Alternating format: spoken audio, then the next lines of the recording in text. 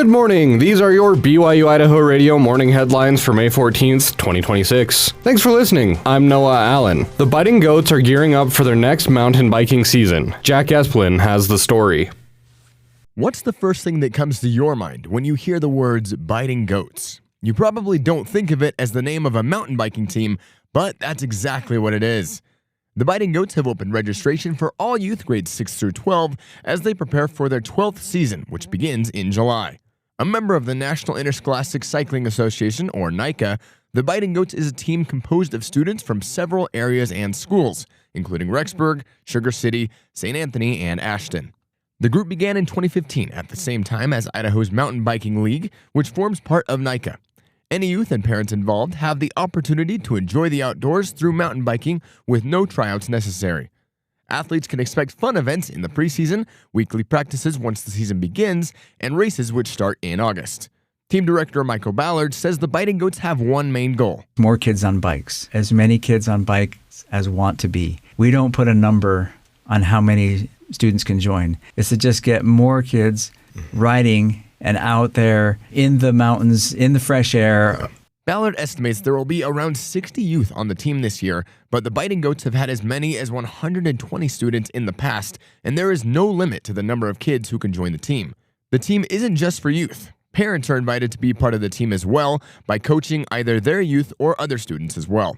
Coaching is how Ballard actually fell in love with the team himself. My first year, 4 years ago, was decided I was going to ride with my son and not just drop him off at practice. Yeah. And found out how much I enjoyed it because I'd never done it before. Yeah.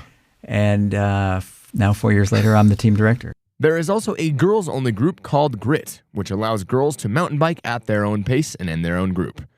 Any youth who register by the May 18th deadline will be able to receive custom clothing, such as jerseys and socks that have the Biting Goats logos on them. Ballard says the Biting Goats jerseys are pretty popular. Our race jerseys are some of the most talked about jerseys in the league because people really like the look of them and they like the mascot, the Biting Goat. It's an unusual one. For more information about registration, practice and race dates, and more, just go to uvcmtb.com. For BYU-Idaho Radio, I'm Jack Esplin.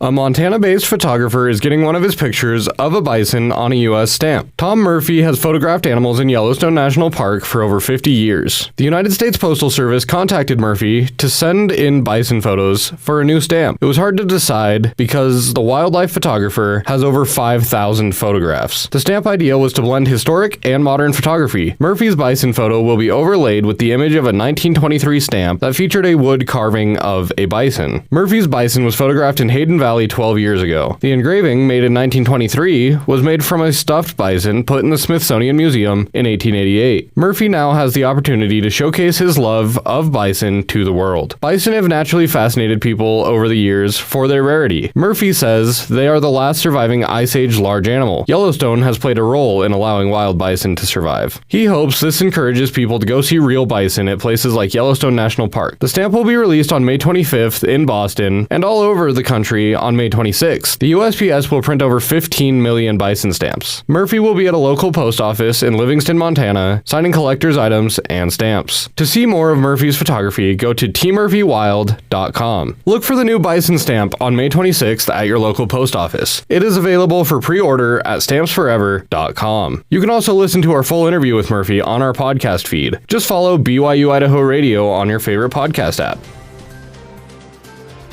And your BYU-Idaho Radio morning headlines for May 14th, 2026. Thanks for tuning in. More news, interviews, and great content are available on our podcast feed. Just search for BYU-Idaho Radio on your favorite podcast apps. We're on YouTube, Spotify, Apple Music, and more. You can also ask your smart speakers to play KBYI 94.3 FM. This is BYU-Idaho Radio, and I'm Noah Allen.